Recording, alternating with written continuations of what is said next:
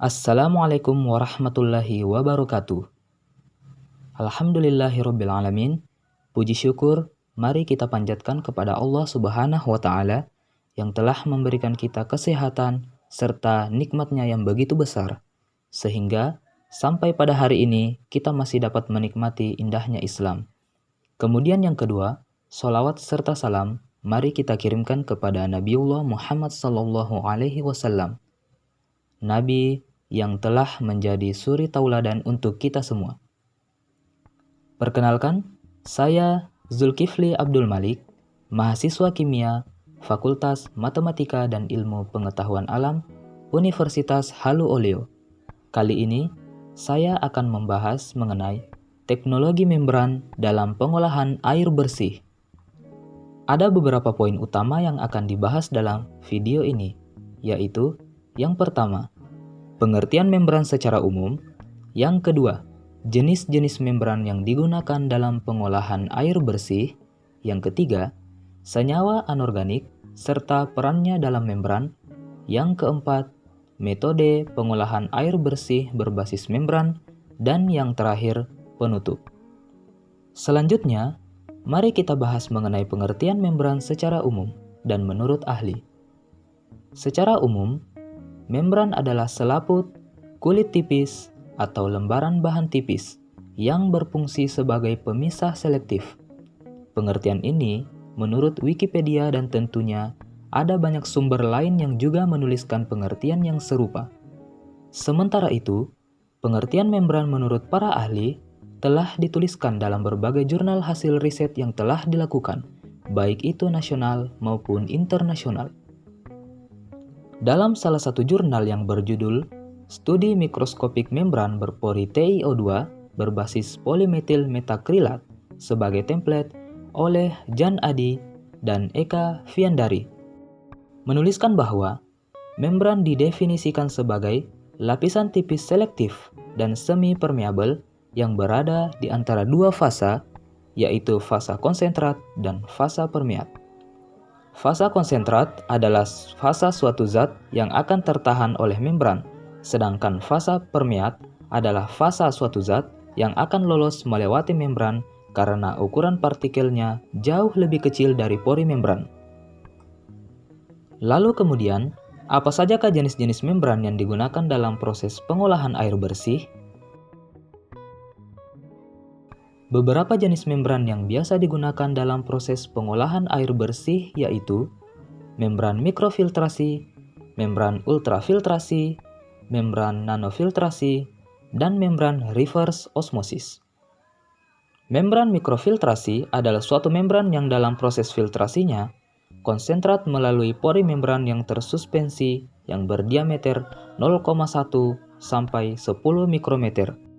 Membran mikrofiltrasi merupakan membran yang sering digunakan dalam pengolahan air lanjutan untuk menyisihkan kekeruhan, suspended solid, dan bakteri. Kemudian, membran ultrafiltrasi merupakan salah satu jenis membran filtrasi untuk memisahkan komponen dengan berat molekul tinggi dan rendah. Proses pemisahannya menggunakan membran yang bersifat selektif dan dibantu dengan tekanan. Membran yang digunakan memiliki ukuran pori-pori yang berkisar dari 1 hingga 100 nanometer dan biasanya digunakan untuk memproses makromolekul seperti protein.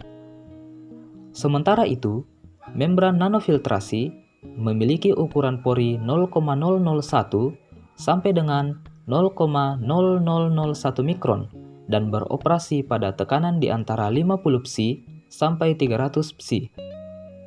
Materi yang dapat dipisahkan oleh membran nanofiltrasi adalah pati, gula, pestisida, herbisida, pirogen, ion divalen, zat organik, BOD, COD, logam berat, deterjen, dan pewarna.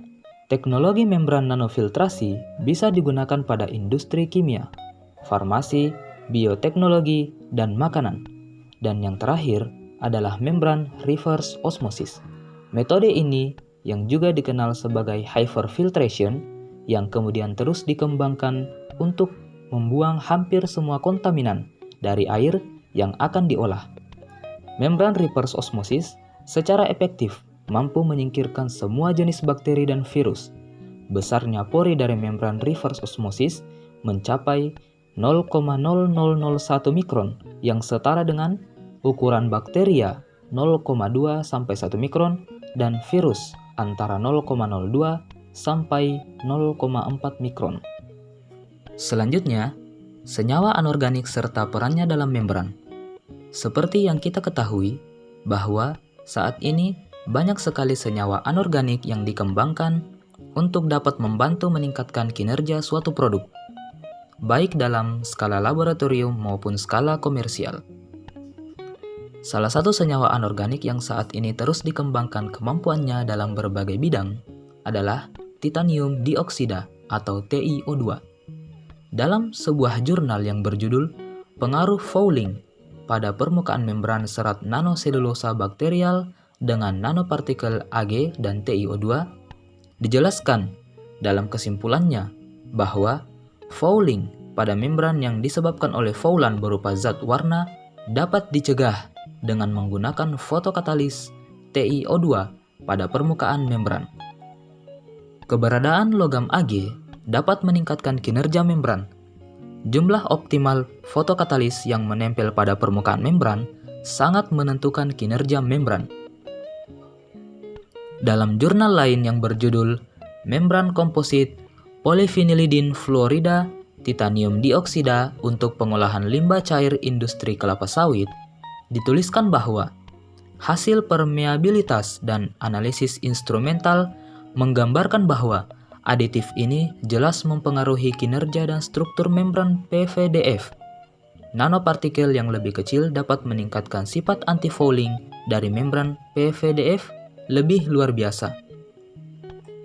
Lebih lanjut, dituliskan pula bahwa kesimpulannya ditunjukkan bahwa penambahan aditif 10% TiO2 pada polimer PVDF lebih baik untuk mendapatkan fluks permeat yang lebih tinggi.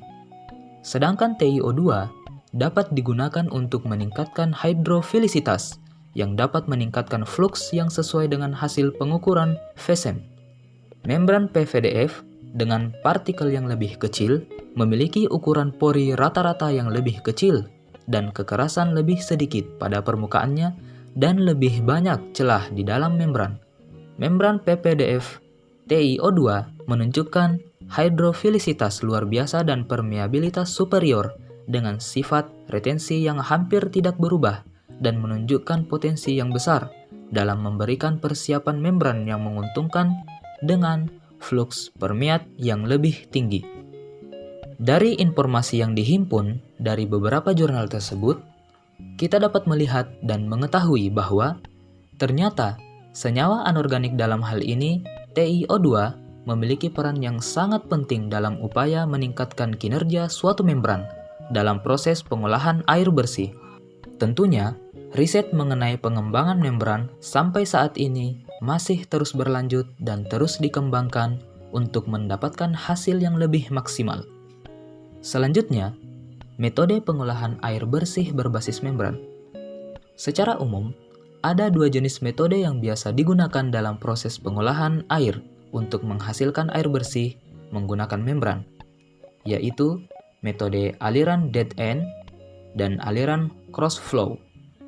Pada sistem operasi dead end, arah aliran umpan yang digunakan tegak lurus terhadap membran.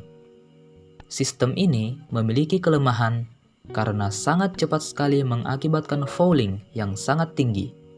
Karena arah aliran yang sedemikian dapat mengakibatkan terbentuknya lapisan cake di permukaan membran pada sisi umpan.